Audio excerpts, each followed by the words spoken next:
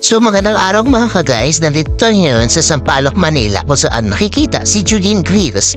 Ito nga pala ang pwesto namin sa Sampaloc at ito yung mga katuwang namin sa pagtitinda. O ayan, complete uniform pa sila ha? O, saan ka pa? Ganito nga pala parinda namin sa umaga, makikita mo. Yan, isa-isa namin ipapakita yan.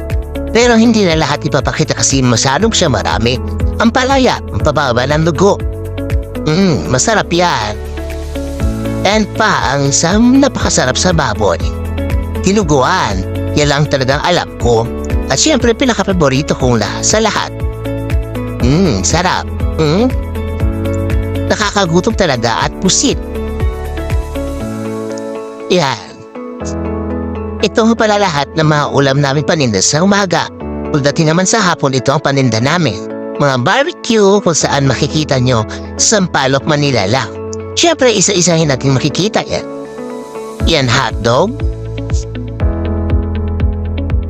longganisa, filet, pakpak at leeg. At siyempre, hindi mawawala ang bangus at tilapia, pati na ang hita ng mga manok. At saka siyempre, milempo tayo para mas masarap. At paalang manok at siomai. Nariyan na rin. At syempre hindi mawawala ang pork barbecue. Tsaka yung atay balon-balunan at syempre ang chicken barbecue na napakasarap. Dagdag pa natin ng isaw ng baboy. At taba, balat, tenga ng baboy at syempre ang isaw ng manok. At syempre pinakamasarap, yung pusit. So ayan na nga, pagdating ng hapon, ganyan na siya. Namimili na sila. Kadisplay na lahat yan at pagdating ng gabi, ganito na nga mangyayari.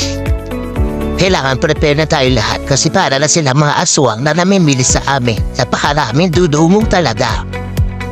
Ito na nga sa gabi, sa amin. At ayan, minsan nagkakagulo na. Meron nga pala kaming table sa labat. At syempre may nag-a-assist din. At hindi mawawala dito ang sizzling plate. Ayan, sana all couples. At meron pang isang couple, sana all na lang talaga. At meron pang nakikikouple, sana all. Couple talaga silang dalawa. Sayang ka kuya. So siyempre hindi lang couple, meron din tayo mga group friend. Siyempre, kasama din ang mga barkada nila, di ba? At mga estudyante ng UST at FEU. Hindi mawawala yan, pati nasa loob, kumakain talaga.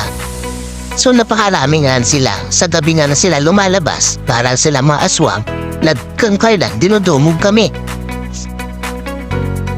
So ganito na kami sa gabi, para na kaming hindi mapakali, na parang trumpo na. Lalo sa orderan, napakarami. At ito na nga, nagkakagulo na sa pag-order. Siyempre hindi mawawala dito ang mga estudyanteng nurse na nag-aaral sa UST FEU. Shout out nga pala sa isang TikTokers na dumalaw sa amin. Siya lang naman si Jeffer Fernandez sa isang sikat na TikTokers. At ayun lang guys, salamat sa patunood hanggang sa muli.